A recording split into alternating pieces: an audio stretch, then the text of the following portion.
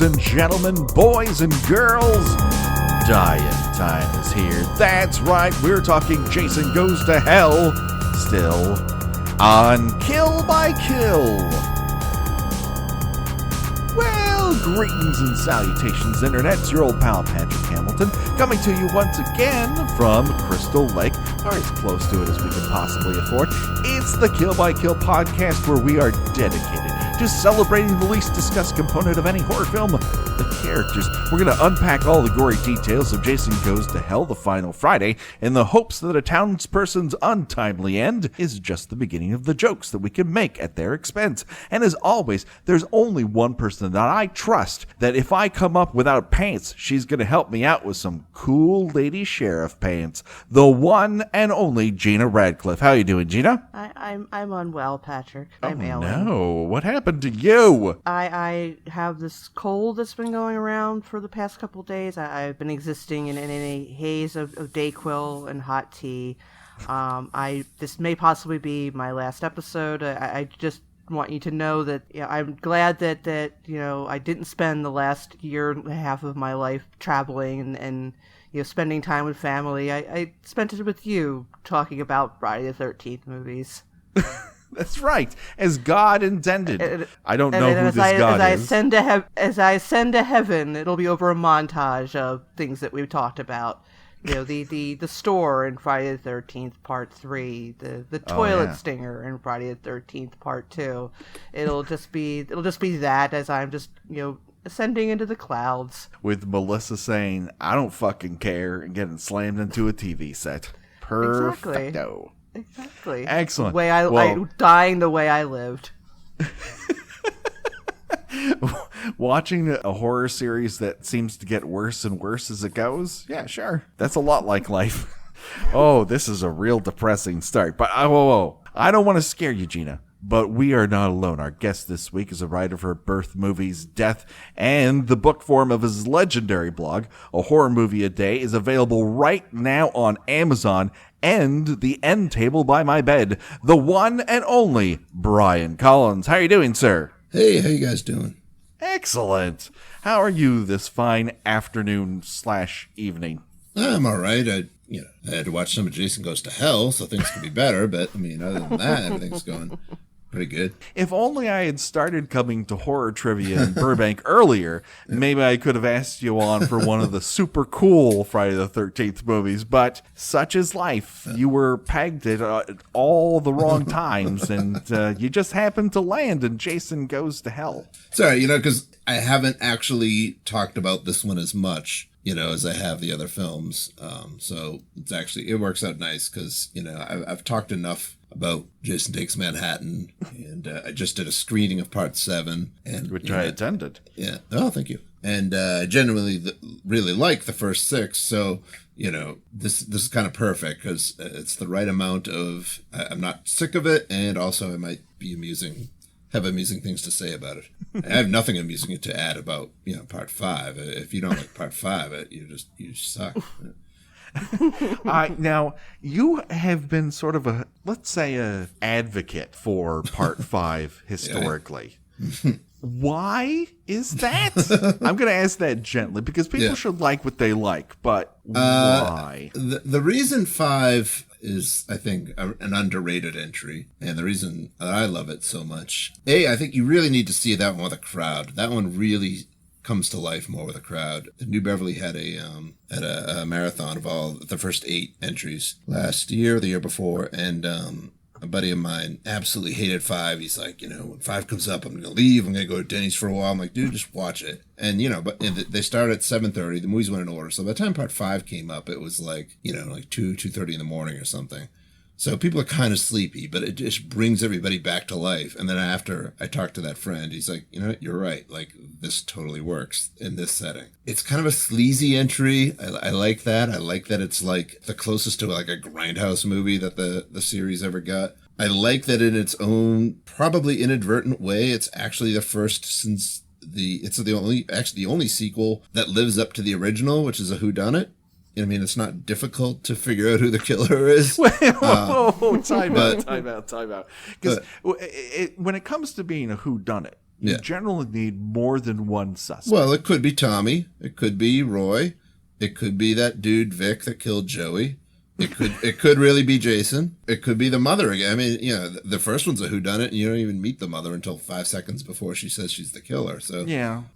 So I kind of like that. If you had only seen part 1 and then you saw part 5, you'd be like, oh, there's a series where like a different killer is in every movie, So it's kind of interesting in that way. And also it's just packed with death. I mean, I think that's part of why that one works really well with a crowd. I think, if you average it out per minute or whatever, it's got to be one of the highest of the series of on-screen deaths. I mean, obviously, Jason X and Jason Takes Manhattan have huge body counts because ships are destroyed, but we don't actually see each of those kids dying. This one, I think every death is on screen. There might be 1 or 2 that aren't. I don't know. There's just something about it that I just find very charming and just weird enough. Like, I love, like, the mayor. The suddenly Jaws mayor. Yeah. That we never see again. Like, they introduce him as, like, oh, this guy's going to be a problem, but no, we never see him again.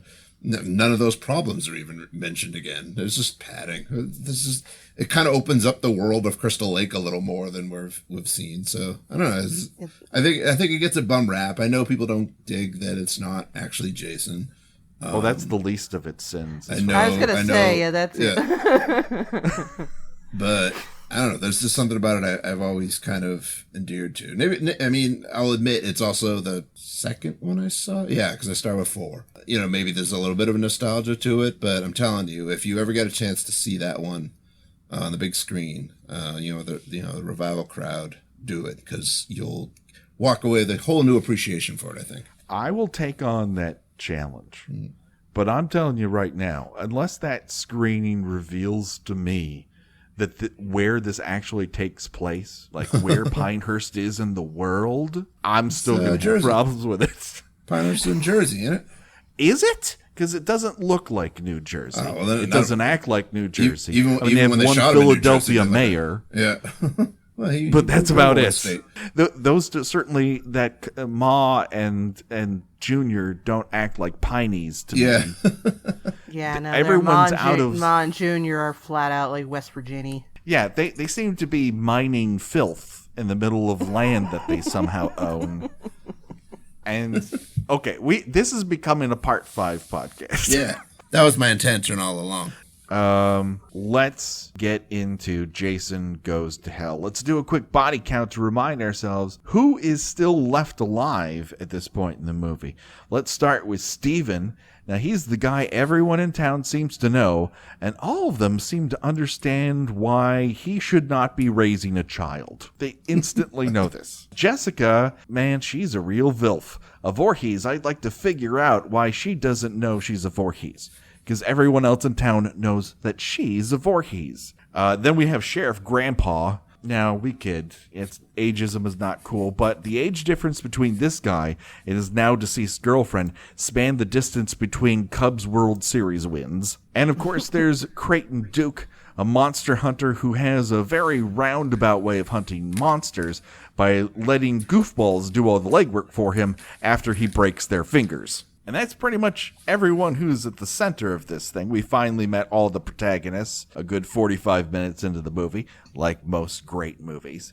And we open now in our section of the movie for this episode with another shower scene. 2 for 2, baby. Yeah, I need to jump right into this because I found this scene incredibly confusing. Now, admittedly, when I watched this, I was high as fuck on cold medications, and I was pretty certain that I had fallen asleep at some point because Jessica gets out of the shower after the lights turned off.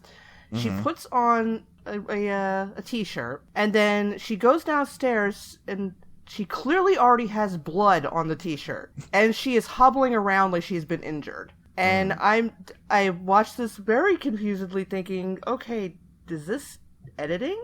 Is this continuity? Is this Dayquil?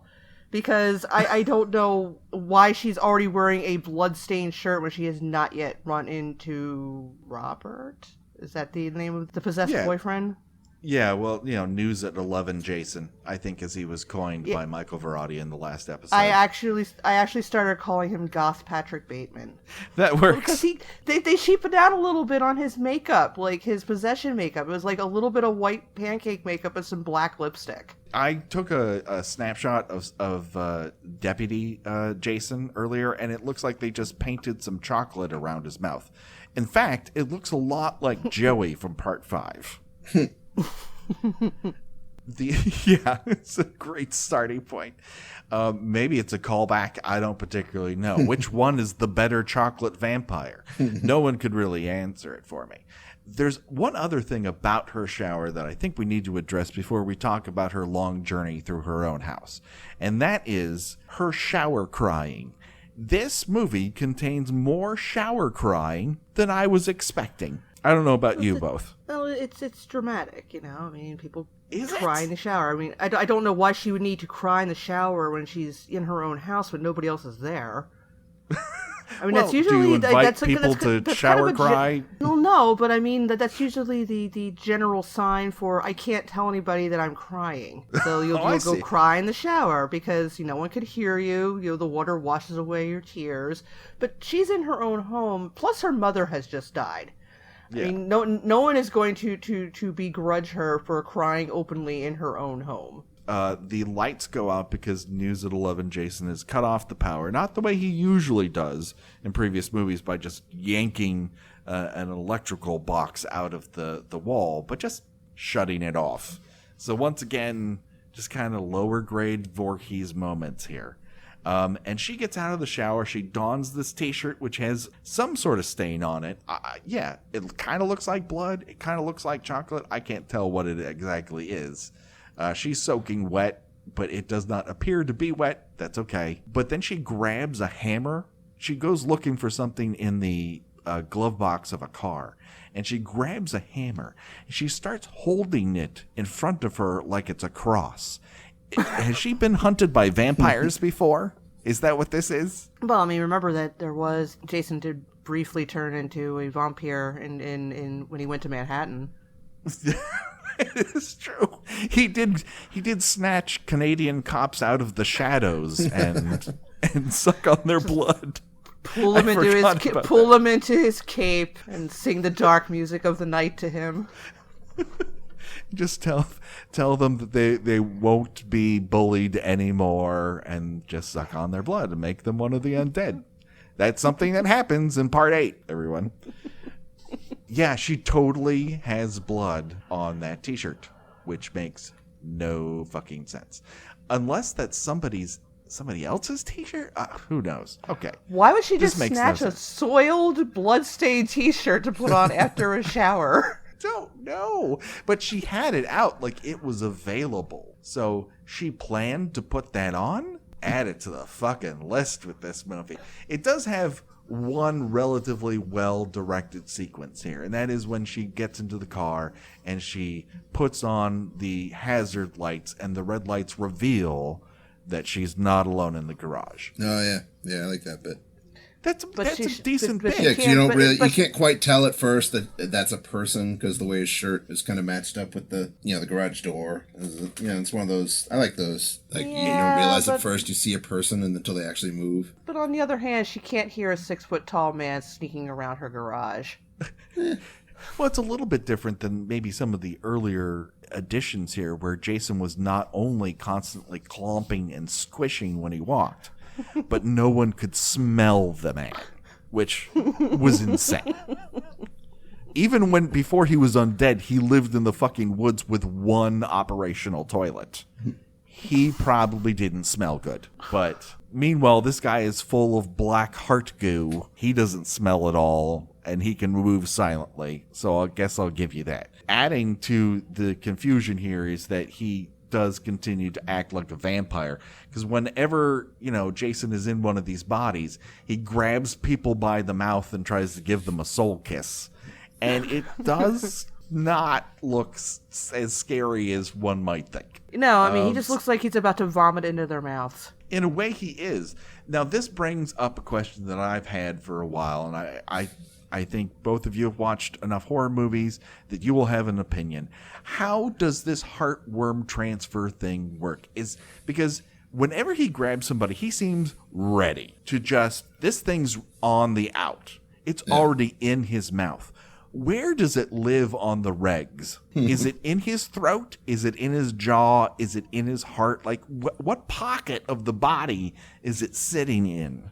I was going to say, I thought he might have had like little cheek pockets like hamsters have. Okay. Like where a cow stores his cud sort of deal? Right, exactly. Okay. Brian, what say you? I just realized that, it must be kind of just like hanging out in his throat like an extended uvula. But he talks at the end. The one that's possessed is the sheriff or the deputy guy. I know that's not in our segment, but he talks plainly and then instantly has the worm at the ready. So he's good. I always kind of assumed that it replaced a person's heart. I don't know why. Just because it starts with a heart and then all the Tinkerbells sort of congregate there with the coroner. Yeah, but your throat isn't connected to your heart though. I mean, how do you launch something where your heart is out through your throat? This thing's spring-loaded. That's all I know. All you have to do is press one lever, and it's right there. I mean, they're basically just walking around like those cans of peanuts with a snake stuffed inside of them. Oh, my God. Someone draw Jason as a can of peanuts with a snake inside of it. Please. Please make that happen. My God! And then we'll start a Patreon, and Patrick and I will get matching tattoos of it. I've not agreed to any tattoo, especially not of that. I might go with Steamboat Willie with the Jason mask on before I go to that. It'll be like that scene in Starship Troopers where they all hold out their arms and have the matching tattoos. Finally, something on this podcast that's like Starship Troopers. I thought it was when we showered together, Gina, but... Oh, my. So, yeah, Stephen hauls Jessica out of the house to rescue her from the Jason zombie, whom he punches unconvincingly. I was going to say, he gets this little flimsy little... What this actor does well is take a punch. What this actor does not do well is look like he can punch somebody. He shows an increasingly implausible level of strength and agility, which is like I'll get to. There's another scene a little later when they're at the sheriff's station where I was like, "What? How is he able to do that?" But I mean, he is constantly the handcuff jump. He is constantly being punched. He's being headbutted. Which normally, you don't just say, gee, that really hurt, and somebody slams their head at full speed against yours. He is showing a sort of almost invincible level of strength. It's a good match for Jason. Which I feel like that this character was originally meant to be played by a different actor, because I am not buying this actor at all as some sort of like huge jock like Adonis that someone could just punch you hard enough in the stomach that you're spitting up blood afterwards, and you're just fine. That is the one that the handcuff jump. That is the one movie stunt I think I ever tried doing on my own. I would like hold my hands together behind my back and try to jump over them. And you cannot do that. No. Certainly you cannot unless you have practiced all maybe your a life gymnast to do that exact move. Yeah, and he does it like as if that is the instant, go-to response to that situation. He's like Mr. Fantastic. He just also has these like long arms and just jumps over them. I mean, if he had why don't people do this more often? If he had after that started doing the kid and play dance with that other sheriff's deputy, that would have been more believable than him getting the handcuffs on the front part of his body rather than behind his back. It's kind of a reverse of that in, I think it's Pitch Black. It's either Pitch Black or Riddick. Pretty sure it's Pitch Black, where Vin has his hands chained behind his back, and he lifts them over his head and manages to get out that way. It's like the old our arms just don't work the way our normal arms do in movies. The old dislocate the shoulders trick. Yep. So, Steven grabs Jessica, takes her outside, and News at 11 Jason is there growling like a bear, just like Jason Voorhees does all the time. And Steven uses the weapon that's at his disposal, and that is the late model Oldsmobile that he is driving. And he manages to give old News at 11 Jason the TJ Hooker treatment and roll him over the top of the car. And then, just for good measure, backs up over him a second time. Yep. And he does not look good after this. This is where I wonder where that heartworm is, that maybe it's mobile. It's always moving because it's able to avoid bullets. It's able to avoid car tires.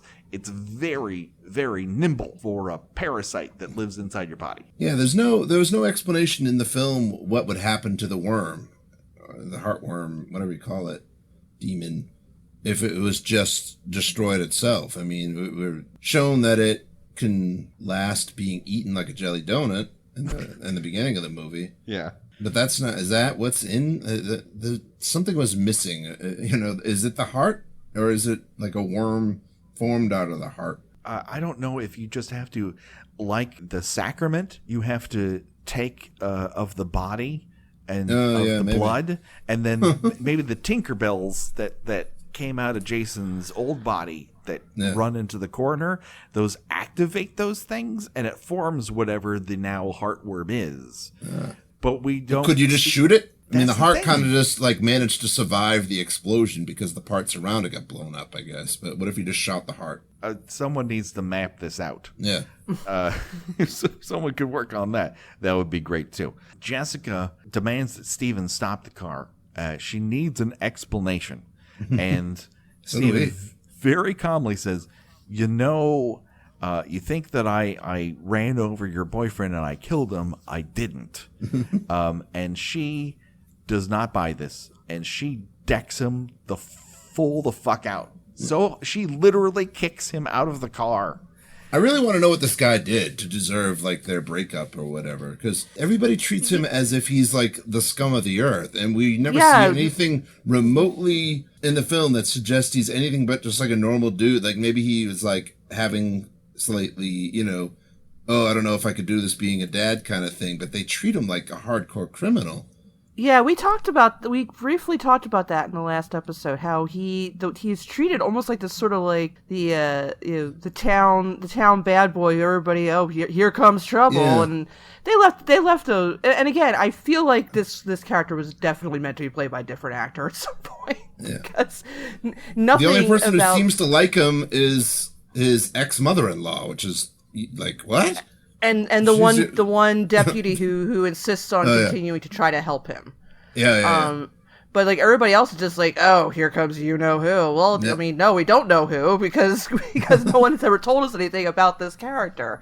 And I feel like this one more than any other in the series just suffers from many gaping plot holes. And it almost would have worked if they just had him playing his Friday the 13th, the series character, because then they could just be like, oh, he's a freaking weirdo that, he's off like hunting ghost objects and, he's crazy. Like then it would work almost. Like you could just be like, oh, okay, yeah. Like everybody just thinks he's like this disturbed individual. Fine, done, boom. But, he's a different guy. Yeah, the crazy thing about this is that some part of this movie wants him to play the Kevin Dillon role from the '88 version of The Blob. Yeah, the town bad boy that no one trusts. Yeah, like he runs with a bad crowd, or he's just bad luck, so you don't want to get near. That would make sense, but then half the townspeople are like, he's fucking terrible, and the other half is like, here are my car keys. What? He's one or the other.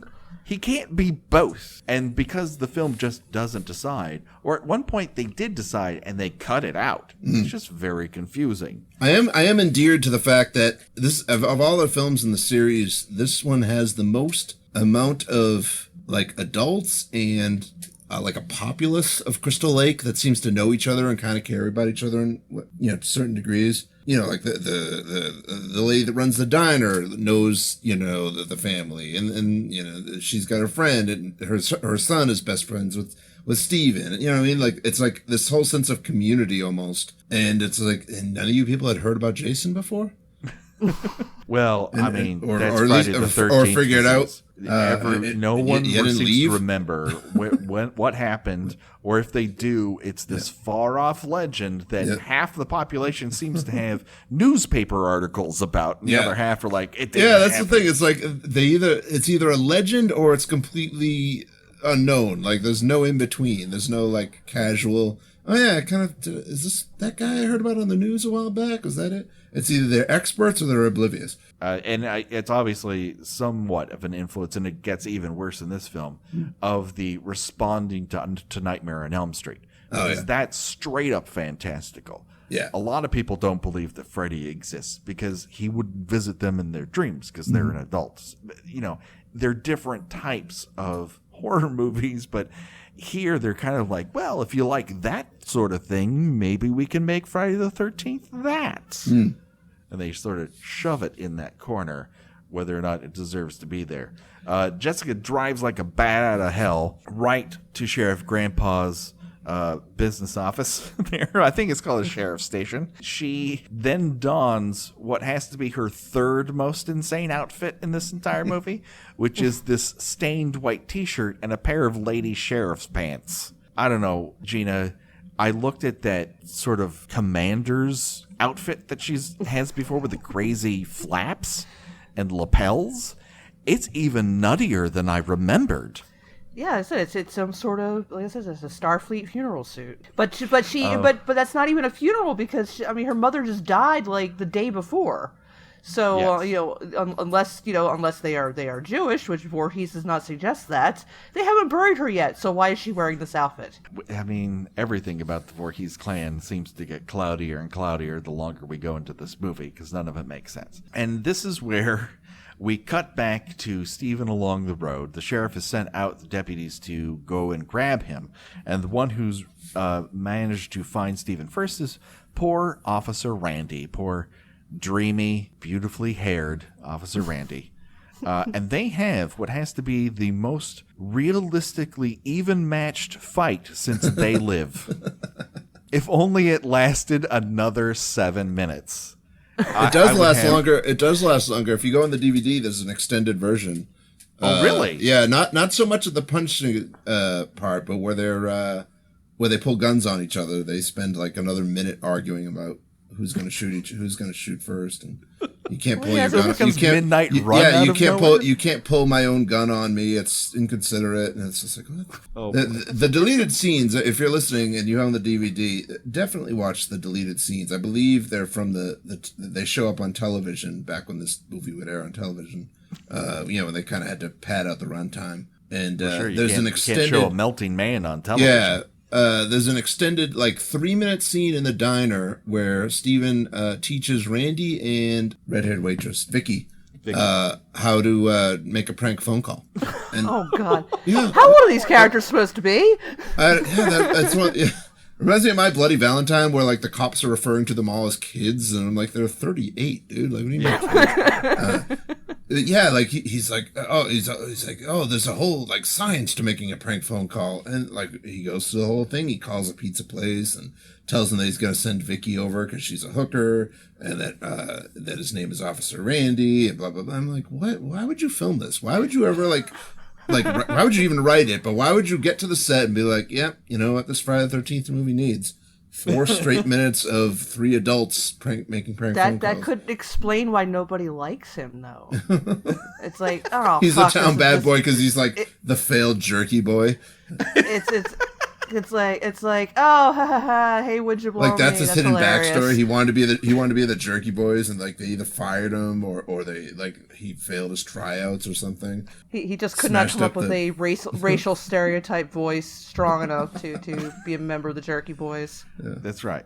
He's the MC Search to the Beastie Boys. He could have been one, but was not. I really think we lost out this is the only Friday the 13th movie that came out in the 90s.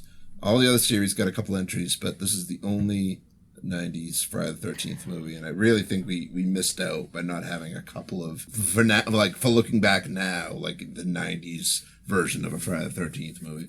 especially post Scream. I mean, we got Jason X, but by then it would kind of died out. But if we had gotten one in like '98, that would have been such an awful movie. They had the chance to release Jason X. They kept it on the shelf for 2 years. Yeah. They by the time they made it, they knew that it wasn't going to work, and they just sat on it, hoping that that it would be that lead egg would make gold eventually. You're doing that one next, right? You're gonna keep going.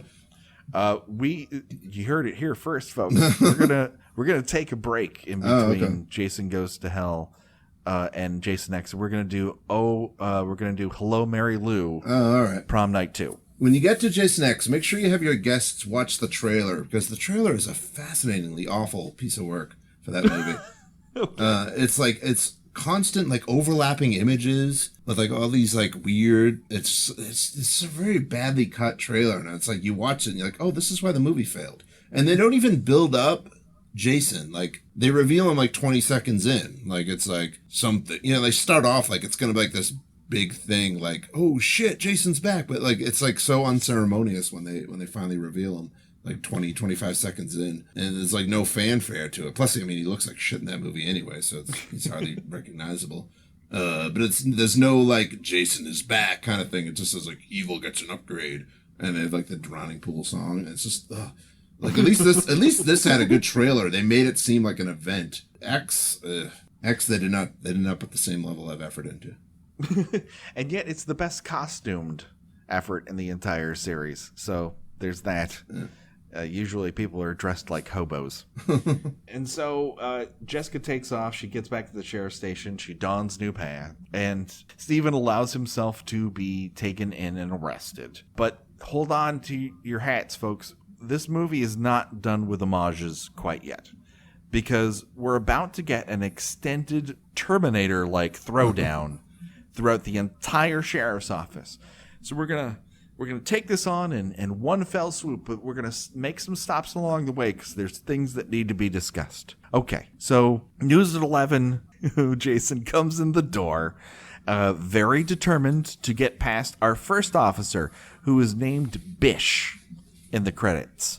Officer Bish, B-I-S-H, which I don't believe is a first or last name, but okay. No, that's a real last name. Molly Bish. That was a famous kidnapping or murder, I forget, case in Massachusetts.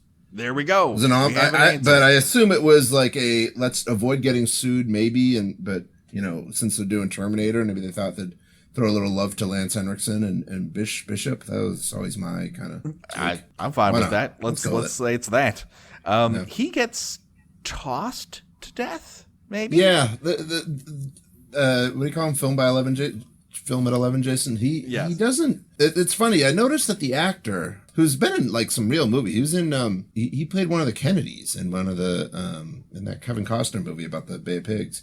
Oh, I don't. 13 Days. I remember the poster. That's about it. Yeah, he's one of the Kennedy. I forget if he's Robert or John, but I noticed he actually does make some effort to kind of act like Kane. Like it seemed like he was like if Kane gave a class to all the guys that would play Jason in the movie, he might have been the only one taking notes.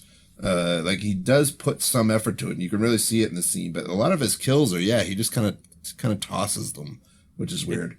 It's a very physical. This gets back to body manipulation, Jason Voorhees, where he does a lot of like, I'm going to crush you. I'm going to fold you in half. Yeah. I'm going to bend this. I'm going to break that, rather than weapon Jason. Yeah. We also get a very awkward split diopter shot inside the sheriff's office, which is not very well framed. You can't do split diopters. I don't want to get too film geeky. You can't do split diopters in a 1.8.5 image. You need scope for that.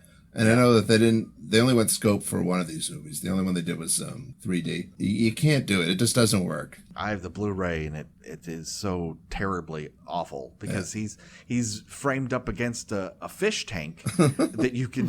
One half of it looks like it's in the Phantom Zone, and the other half is just fine. In the background, of course, we have News at 11 Jason wrestling with Jessica and managing to throw the female sheriff, who is not given a name, into her own locker, and we just get a bit of a blood spray. So that's 2 sheriffs down. Then we get a aborted heartworm transplant into the mouth, and a real close-up of it, too. And it seems to get very fast out of the body and then slow down out of the mouth. It's moving around like, oh, gee, I don't know, maybe. I don't know if I want to go through this. Is this really the right thing? Well, when you see it in all of its glory later, you see it's big, so maybe it kind of got stuck in the throat somehow, and it was just trying to squeeze its way back out. It's like an octopus getting off a ship or something, just squeezing through a very tiny spot. So then Sheriff Grandpa runs out of his office, pulling out a gun, but not firing it, just running straight towards him, and he gets his nose shoved into his brain. So that's kill number 3 in the office. This is when Steven is revealed, along with Officer Randy, and he does that cool little cool as ice maneuver to get his handcuffs from his back to his front, and then he elbows Randy in the face and takes his gun. Well, poor Randy, it's so unnecessary that he knocks him out cold again. Why don't you show him help? Yeah, the trained cop. Why does he think he's so much better at this than Officer Randy? He never gets a chance. Plus, Randy would have had 2 guns, wouldn't he? Wouldn't he have had his own plus the other one that he took from Steven? So yes, they could have joined forces. This gun has he could have amazing... or in keeping with the 90s theme, he could have gone to some John Woo action and used both guns at once, which would have been awesome. I was about to say, there is a John Woo level of not needing to reload happening in this movie. The 90s were the era where your gun could shoot as often as you needed it to.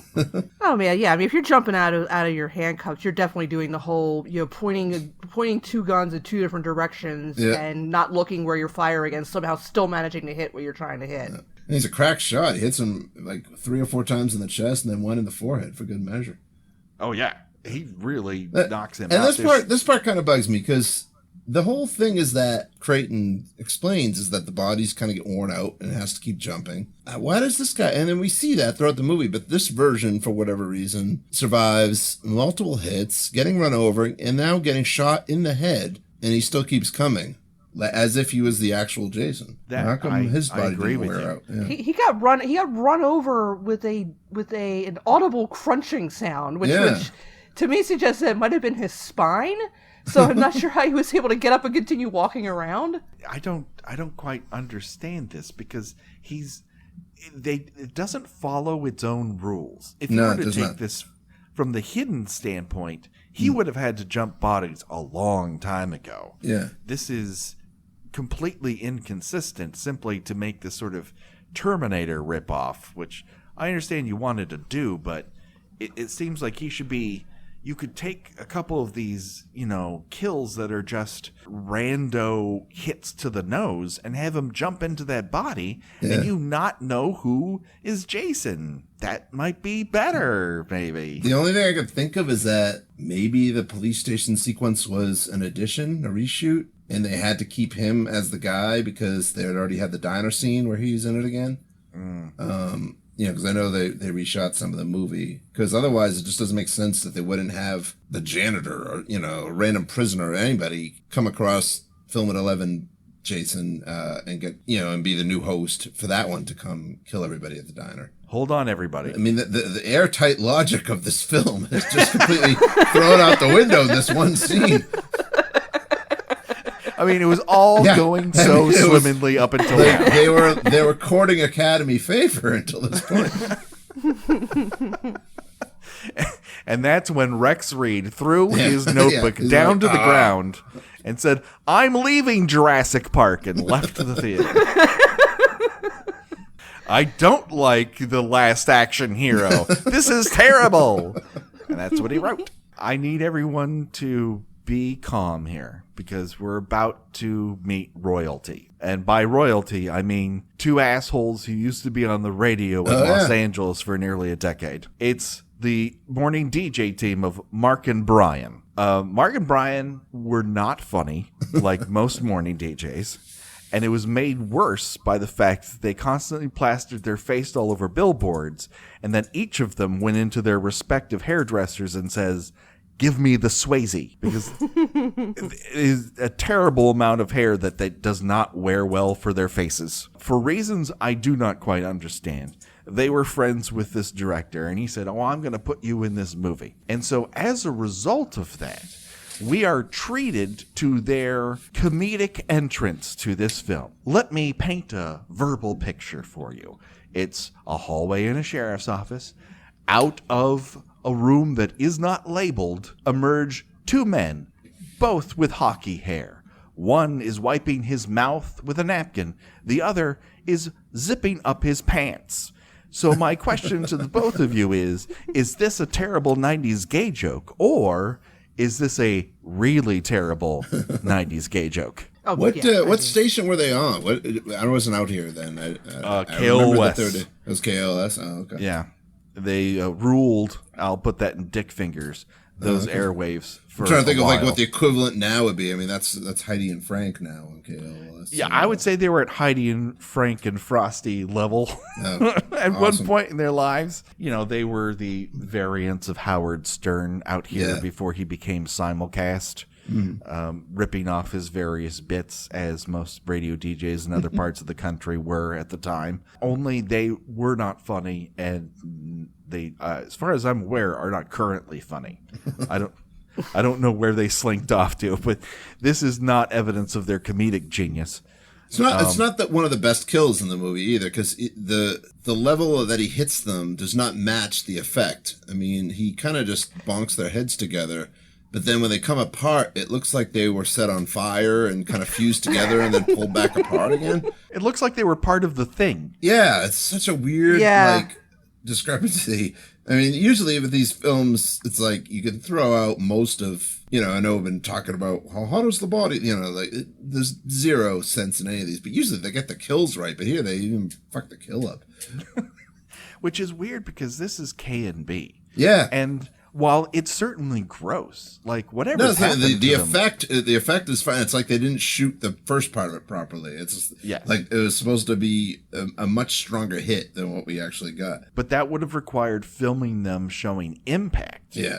And they try to imply it, but because you're changing angles and shots, it doesn't quite work. The other thing that doesn't quite work is before they're killed, they round the corner to find Officer Randy on the ground, and they approximate cop stances. And I'm not sure if it's Mark or Brian is straddling what appears to be an invisible hippopotamus on the ground and pointing a weapon in two different directions. I have a screen grab of it. It's the worst approximation of a cop ever. And so they are kill 5 and 6 of this sequence. They die by cheek impact. Their faces are smooshed fastly.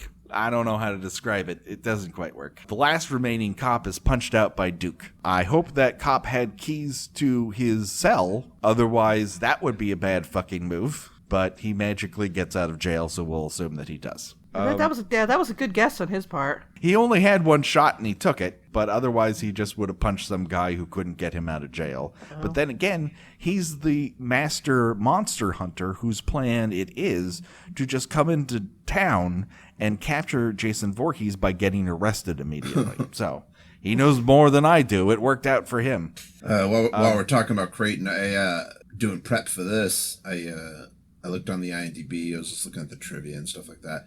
And I was like, you know what? This is all Los Angeles. I should see where the filming locations were. I wonder if anyone near me. And the Voorhees house, is about 7 minutes, and not even drive, which in LA is, that's a mile and a half drive from where I live. And I'm like, holy shit. So I drove up there to try to look at the house, but it's kind of like on a private road. It's you could see a little bit of it when Steven pulls up to the house earlier, that it's got like this long ass dirt driveway. And it didn't look totally roped up, but there were other private roads near there. And it just had a sort of, leave us the fuck alone vibe. So I didn't go any further from that. But I think I saw what they used for Creighton Duke's compound early, at the beginning of the movie when they first cut to the Unsolved Mysteries guy. Yeah. He's like, we got an exclusive invitation to visit his historic training compound or whatever, and it's just like a couple of shacks near the LA River. It definitely looks that it's pretty much adjacent. It's pretty much next door to the house. So I was like, oh, all right. I live 10 minutes from Crystal Lake. That's cool.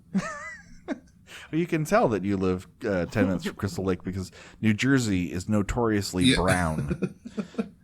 Everyone talks about that state being very brown, very dry. So Stephen and Jessica have now escaped this sheriff's officer station rampage.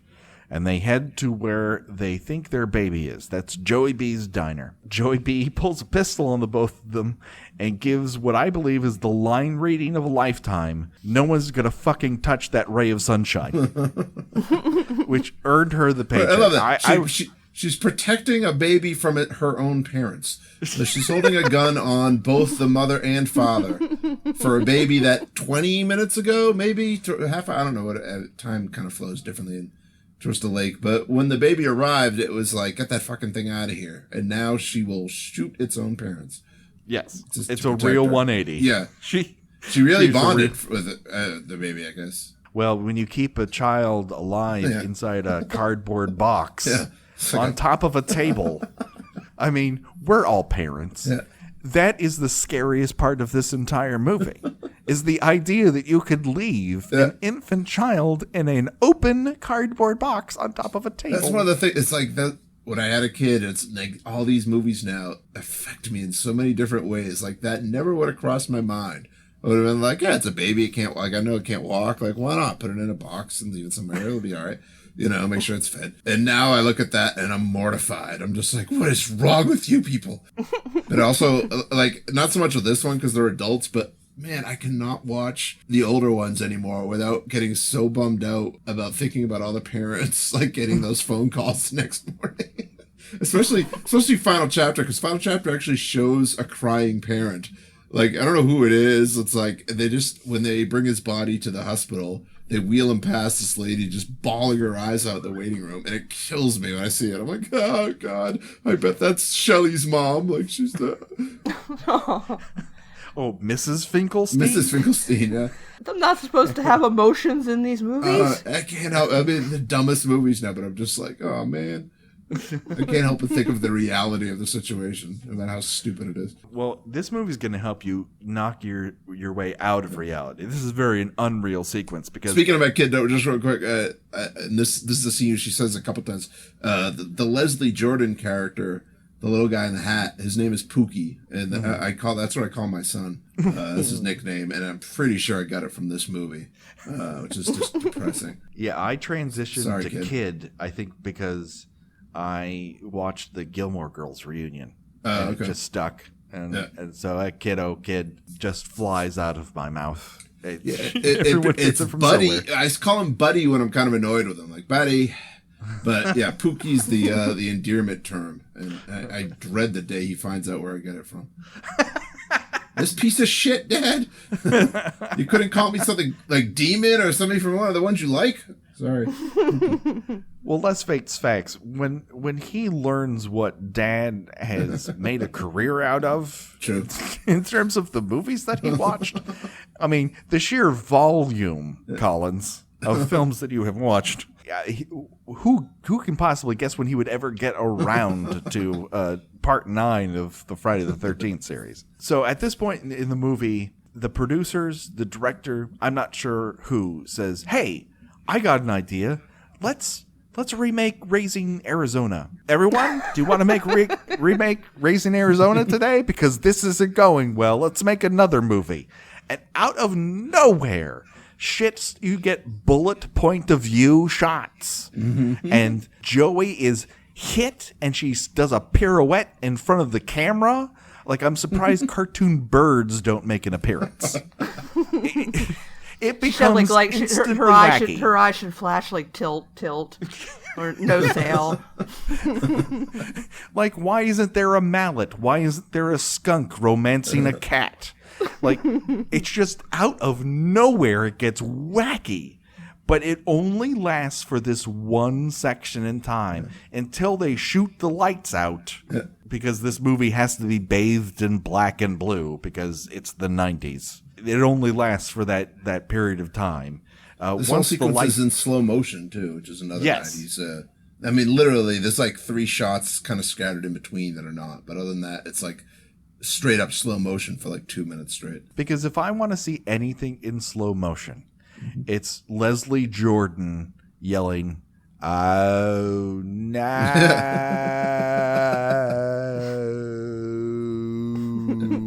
The way only Leslie Jordan can. Anyways, outside, Ward gets his forearm snapped in two and he's gently pushed into a door. You have one very grisly action and the other one's like, you need to sit down, buddy. He's been through enough, I guess. That's right. So he's dead, maybe? It's another one of those deaths where it's like, that wouldn't have killed you. But it's kind of, the game kind of, I don't know if either of you played the Friday the 13th game. Jason can kill somebody simply by tossing them through a window on the ground floor, even if the window's open. But the thing is, in the game, you can jump through the windows yourself and you're fine. You get like a slight hit to your health, but that's about it. But if Jason does it with the same amount of force, you're dead. Maybe they got it from this. When Jason picks you up and throws you, no matter how gentle it looks, it's tough, man. We all know this. Jason Voorhees hates doors and windows. Now, he doesn't punish as many doors in this film, but he sure as fuck hates windows. He manages to break through one in this very sequence. But we're not there yet. He comes into the diner, grabs a patron, and slams his head through the counter. Yeah. So that's diner kill number 2. There's also an extra waitress in this scene, or just some really weird continuity. There's some super weird continuity. Because when Vicky dives behind the counter, there's another waitress next to her, and I don't think we see her again. I don't think that. Well, I don't know if that's an extra waitress or that it's just weirdly edited, the part with Vicky, because she's the one who's shooting the shotgun. Yeah. And she shoots the shotgun for what feels like forever. And she takes out another diner in the process. Not since the videographer in part 8. And we had an impromptu, sideline death. But here we go. This is the reason why you don't give teachers guns, people, because they'll get caught in the crossfire just like this one guy does. But yeah, as far as I can tell, there does not seem to be a third waitress, but they sure do mess with the continuity of where Jessica is at any given time, and they both have the same haircut, so that doesn't help. Yeah. Well, you see, Vicky jumps behind the counter, and she's got that red checkerboard outfit on, and there's another one. It looks like the name is Beth next to her, and I just cannot, for the life of me, figure out where that character goes after this. I thought I had gone through this with a fine-tooth comb. Yeah, watch the show. Watch the show. She jumps over the counter before she starts shooting. It's all very disorienting. The one with the French braid. Yeah. Yeah, she kind of gets shoved to the ground when he comes through the door. Then Vicky goes over the counter, but where does French braid grow? No, the French braid is on the ground. Vicky, so she was knocked out in the process? Because Joey B appears to be knocked out. Yeah. Vicky's kind of badass in this sequence, too. I mean, Vicky really holds her own as, like, one of the more memorable, not final girl people to fight Jason in the series. She wins the Brenda Award. She shoots him a few times, and when her shotgun finally runs out of bullets, she legit is like, all right, what else can I go after this guy with? And she finds a spear or rebar or something. Rebar, yeah. I was going to say, as one has just kind of hanging around a diner. Yeah, we have rebar, there's no cribs. We learned that roast beef is $2.95. Yeah. That's important. This movie doesn't have as much interesting graffiti as Part 8 did. Part 8 had some great bad graffiti. This we learned that, they do have fried clams, and roast beef is $2.95. Leslie Jordan, in slow motion, gets tossed a gun and shoots News at 11 Jason, but that has zero effect. His face is then shoved into a deep fryer, which cannot be fun. So that's, in the terms of a George Lucas thing, a bit of duality. It rhymes, because in part 10, we're going to have someone's face put into freezing liquid. So there we go. Hot and cold. It's a real Katy Perry song for everyone. During this, Joey B comes to the aid of her man, and for her troubles, gets her chin elbowed into her head. I'm trying to think of the biology behind that. I think that would shatter your elbow before it would shatter someone's jaw in the way it's portrayed. I will say I've never seen it before, and I can't imagine I've seen it since. She looks a bit like Arseface from Preacher at the end of it. But you can also definitively see the line of where they've applied the pliants. Because this thing is bathed in blue light, and she has red and pink makeup on, and that creates contrast. Folks, I'm not a filmmaker, but even I know that red and blue don't mix when it comes to makeup appliances. Hi. So they're down too. This whole family got wiped out in one fell swoop. Leslie Jordan gets thrown on the griddle top just for good placement. News at 11, Jason defenestrates through a window to grab Jessica, but to the rescue is Vicky, who has reloaded that 2-shot shotgun and shoots that shotgun another 3 times. It's like the gun in Clue. Exactly. She grabs a piece of rebar and just pole vaults into this motherfucker, which once again tells me they don't know where this giant creature is that lives inside. I think this is the best Jason zombie makeup appliance that they do. He's really falling apart at this point, and it looks pretty awesome. Yeah. He manages to pull Vicky into that same piece of rebar, and then he crushes her head like it's a fruit gusher. And that's kind of awesome. It is. I think it's a very underrated death, I think. It keeps going and going and going. I don't, I'm trying to remember. It's been so long since I've watched the rated version of the movie. I'm trying to remember like how her death, because that one's pretty gory, even for the unrated version. Yes, it's so I'm trying to remember like how much they trimmed out of that one. They definitely trim out the part where weirdly translucent blood flows out of her mouth. Oh, okay. And then the burst of her head volcanoing out of the top of it is cut down. So the gorier version of it is far better than the unrated version that they, for some reason, released on Blu-ray. Thanks a bunch, Warner Brothers. Oh, Way to be! I never got the Blu-ray set, so the unrated one's not on the Blu-ray. The digital version that you get as a part of it, that's unrated. The Blu-ray is rated. Yeah, great job, guys. It's way to go. Yeah. Way to be. The new set's just 1 through 8 anyway, right? Yes. Yeah. So. And the box art is that's atrocious. Atrocious. Yeah. It looks like an 8-year-old scribbled it. I don't know what's going on at the home video department at Paramount, but this and the box set of Grease that's coming out are the first draft ideas anyone with any sense would say no to. And they're like, yeah, ship them out. I don't want people to look at the cover and go, oh, I want to own that. I want to scare them away. Fucking idiots. So I won't be working for Paramount anytime soon, at least not their home video division. Not that Warner Brothers has treated me well with what I have right now. But that is it. That is the sum total of this section. And it is very death-filled. Mm-hmm. And as is our tradition here at the Kill by Kill podcast, it is time to play Choose Your Own Death Venture. Of the deaths that we witnessed in this portion of the movie, if you were forced to die that way, which one would you choose and why? Up for bid this week, tossed to death. Like that one Officer Bish in the sheriff's station, head slammed into locker, nose shoved into your own head, cheek slammed, forearm split, and then pushed to death.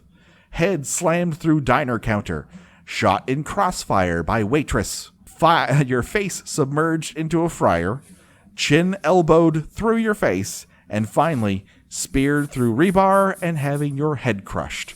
And Brian, as a man who's witnessed many a horror movie death, it is my honor to ask you, choose your own death venture, sir. I'm going to go with the Crossfire guy, because I like... It would be just my luck to be in a fucking Jason situation and get killed by, the random redhead lady that's just firing a gun randomly out at trying to hit Jason and just killing me instead. That would be that would probably be how I'd go out for real. So I'll take that one. Plus, it's quick. I wouldn't want to go out like poor Leslie Jordan. I mean, that guy suffered a bit. He got his face burned for a while, then he got his whole body burned. So yeah, I'll go with that poor bastard. Just mind his own business. And I buy that reasoning 100%. Okay, Gina, what say you? As a pattern for me that I would prefer the quickest route possible, so I'm going to take nose dripping into the brain. Mm-hmm. It's not the most exciting death in the world. It's not even the most gory death in the world, but it's quick and it's quiet and it didn't leave too much of a mess to leave behind. I mean, just imagine having to do the cleanup job with that diner. It's also not a death. That guy lives. He comes back later in the movie. He does? Which one? The sheriff? The guy gets... Oh, yeah. Oh, is that really true? He does? Yeah. He does? Yeah. Well, okay, he doesn't count. Everyone? It's supposed to... We're supposed to think he's dead because he comes back at the end and you think he's the new host. But then his nose is driven into his brain. Hey man, he was in Critters. How do you survive that? You're saying because anyone in Critters is allowed to live through that? Yeah, they got special skills. That what's the space guy's name? He helped him out. Oh my! It's a dumb attempt. I mean, I forget if I said this earlier, if I just tweeted it or what, but I really, the thing about this movie that really bugs me the most is the body swapping element. I mean, I don't mind the characters that much. I don't mind, obviously, the production value is actually better than most of the movies in the series. The kills are fine. It's all, if this was Jason doing all this, it's a perfectly decent entry. I just can't get around the body swapping thing. It's just, after 9 movies, he never noticed this. He never knew he had this skill. I swear that the whole thing was designed for that one bit at the end where it's like, and then you just don't know which one is Jason because they're both kind of messed up and they're both talking and you're like, ooh, who is it? And it's stupid. This is the drawback of watching it in sections. Where do you? I do not. I saw this movie in the theater and I remember nothing of that. I remembered a little bit of the diner sequence. Like I remembered Leslie Jordan getting his face shoved into a deep fryer. Like that I remembered. But I don't remember any of what you're talking about. I believe you. I do. I'm just like, it's a little disconcerting when you've seen a movie and you just like, wow, no, I must have just like blacked out for like 35 minutes during this movie when I watched the first time. That's the thing about. All right, I guess I have to change my answer. I guess. Yes. Gee whiz. All right. Well, just knock my head like a coconut into some idiot DJ. All right. You're gonna have to wake up at like 5 a.m. for a good decade and a half and do LA drive time radio. You realize that, right? That's the funny thing about. I don't mind calling up people and trying to make them convince their partners that they're cheating on them. Then why aren't we doing that podcast? You were saying, Brian? Oh, no. I mean, that's the funny thing is, it's like I don't like the movie, and I've still seen it, 20 times.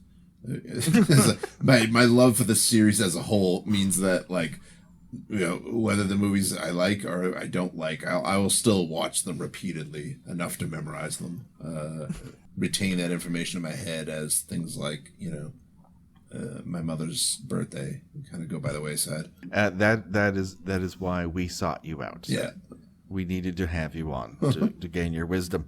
As far as myself is concerned, there's not a lot of quick deaths on display here, but I'll take my head slammed through a diner counter, I suppose, just because it's kind of glorious and, head injury, probably not coming out of that one. You're probably just out of it while you bleed out. Yeah, I'm going to go with head slam through diner because that way I would have at least gotten, some awesome clams, or perhaps $2.95 roast beef. Oh, you already got one of them. One of them. Or the Jason 2-for-1. Yeah, the 2-for-1 Jason burgers. I've always wanted to do that. Every time I get hamburgers, I'm like, oh, I should make the Jason ones. But like, you're not gonna like.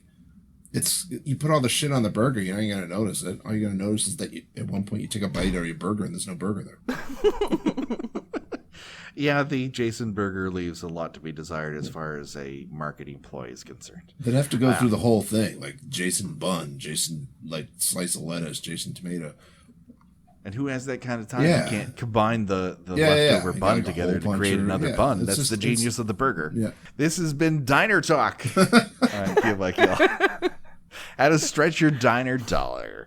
And so that brings this, unfortunately, to an end, but that means it's plugs time. Brian, where can people hear and read more from you? You can hear me on this podcast, and you can read. I write a weekly column at Birth Movies Death called Colin's Crypt, and I still update horror movie a day every now and then, not every day, obviously. Basically, just if I feel like updating, I will. And you can find me on Twitter pretty much all day long at Brian W. Collins. Do it today, people. All right, Gina, where can people find you on the internets? You can find me at ginaradcliffe.com, where I write about movies and other various pop culture sundry items. I am making my way through watching every episode of Super Train, the very short-lived, thank God, but not short enough 1979 television series. It is one of the hardest things I've ever done as far as writing about pop culture. It is such a fucking chore. I don't know why I said I was going to do it. Now, are there 22 episodes, or did it only make 13? They only made 9. Oh, Jesus. And as of this recording, I have 2 more to go, and I'm just despairing over having to finish it. And I don't even have to. I'm not being paid to do it. I said I was going to do it. And I was like, yeah, this will be fun. It'll be so bad it's good. No. it is just an ordeal in every possible way. But if you want to read it, please do. Yes. Enjoy her pain. That's why she's doing it. All right, that'll do it for us, people. If you want to reach out to us, there are a couple different ways you can do it. Reach out via Twitter, Kill by Kill Pod. That's the easiest way. You got something longer than 280 characters to say? That's our email, killbykillpod@gmail.com. We're also on Instagram, Kill by Kill Podcast. We've added ourselves to Vero. And I can't make that fucking thing work. But if you want to follow us on there, by all means, if you can make it work, more power to you, my friend. I doubt I'll be spending a ton of time on there because I don't know how it operates. Maybe one day I will. I have no idea what you're talking about. I don't know what I'm talking about either. Here's the thing. Once again, we will not be going to Snapchat. Won't be happening. So catch us on Virvo, or whatever the fuck that thing is. That does it for this week, but don't worry. The body count will continue. Until next time, for myself and Gina and Brian. Bye-bye, everybody. Bye.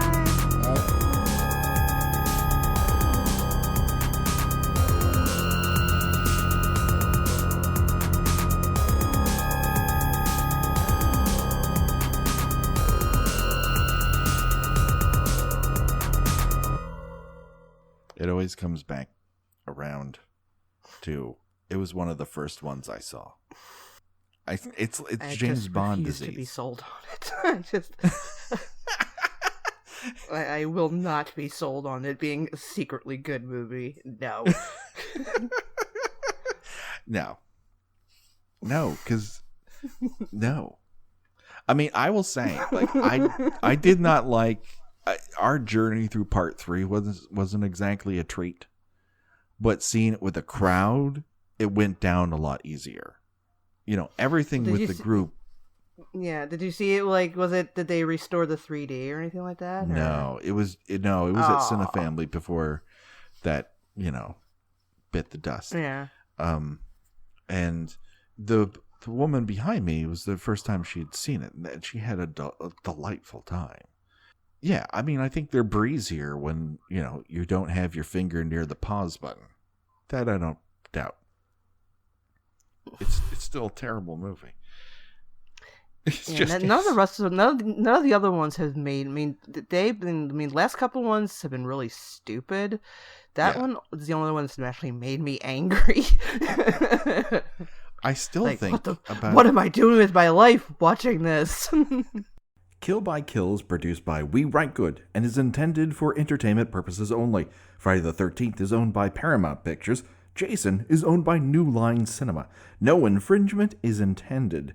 Kill by Kill logo was designed by Josh Hollis. Visit him at joshhollis.com. The Kill by Kill theme was created exclusively for us by Revenge Body.